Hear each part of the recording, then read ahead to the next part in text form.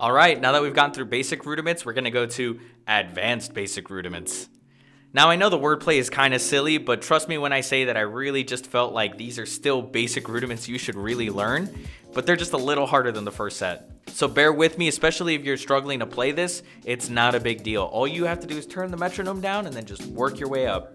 Believe it or not, playing these advanced rudiments with quality is pretty unheard of. Many people can play them, but not with the best quality, and you really want to go for the best quality. Now the video is going to go a little faster because I don't have to explain the exercise or the foundation behind it. We can just get right into it. So we're going to start with inverts. Now for the sake of the exercise, the inverts are going to be tripletized, and they sound kind of like this.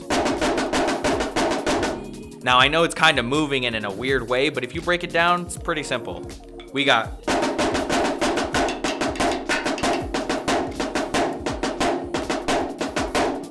so not anything super unheard of, it just messes with your brain a little bit. On the left hand, we got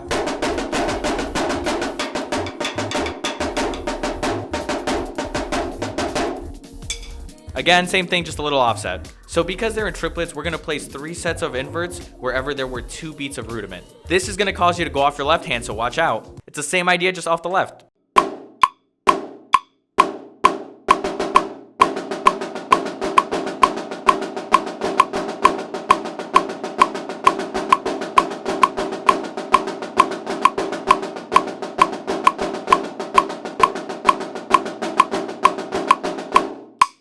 Now we're gonna move on to another one of my personal favorites, which are cheeses. To put it simply, a cheese is just a diddle and a flam. Now within the context of this exercise, we're gonna be putting that diddle and flam at the top of each accented triplet.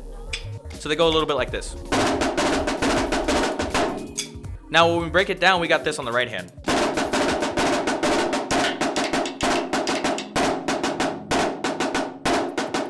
On the left, we got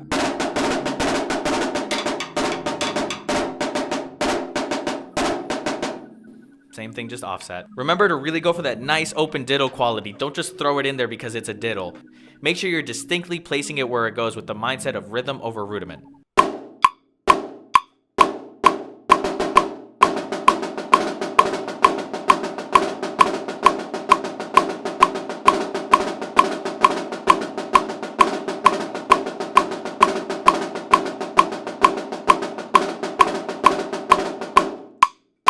Moving the diddle over, now we have flam drags. Now this is a really popular rudiment as well, and it's also very hard. All flam drags are fancy flam accents. They sound like this. Now a little busy, but when you break it down, the right hand is just playing.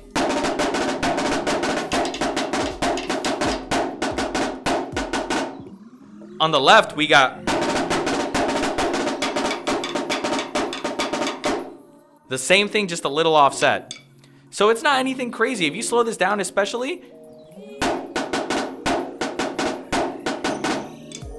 cake. You've learned all these skill sets. Again, all you have to do is turn the metronome down and build it up. And this variation is super fun to play because it fits within the flam accent foundation.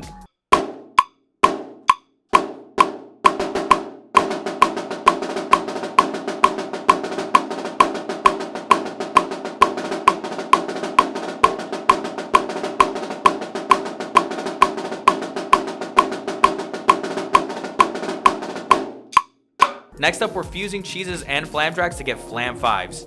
This one is super choppy, so make sure that you're really working on this the right way, because if you're just throwing these in, then it's really gonna be catastrophic. When you put both together, it sounds like this. And when I break down the right hand, we got so a lot busier than the other variations. On the left, we got again, really busy. You gotta make sure you're turning and you gotta make sure you're relaxed or you don't stand a chance.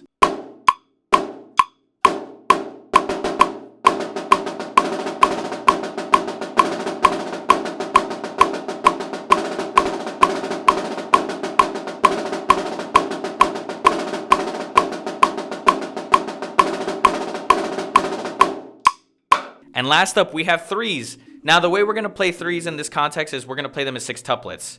It's gonna be 4 sets of threes after the 2 flam accents in bars 1 and 2, and then a whole bar of threes at the end on the 4th bar and the 8th bar. So you're gonna have to really turn your wrist and move through them. Now playing them sounds really loud and fast. I literally feel the 8th note pounding in my head when I play this variation. And make sure you're really feeling that so your hands move in the same 8th note motion. Now 3s, when you break them down, go a little bit like this. So it's basically quarter note 3s. Now on the left you got, especially when I'm thinking, I would rather you be a little too loose than a little too tense and hurt yourself playing this, because playing 3s at this tempo while holding on too much can definitely hurt your chops.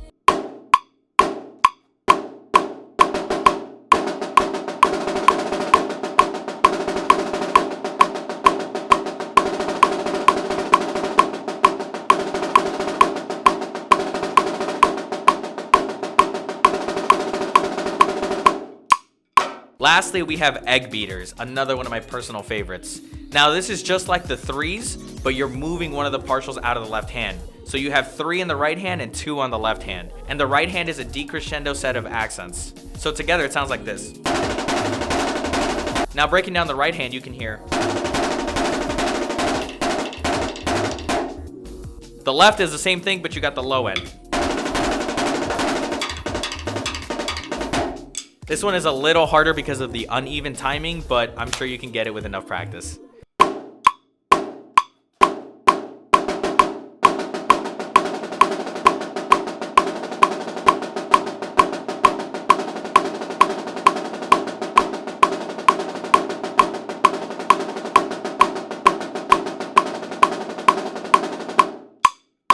But that about wraps it up, guys. Those are the advanced basic rudiments I really hope you get comfortable with moving forward from here.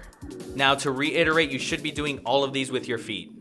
That's why I placed the feet in the video, so you can follow along with your feet and your hands.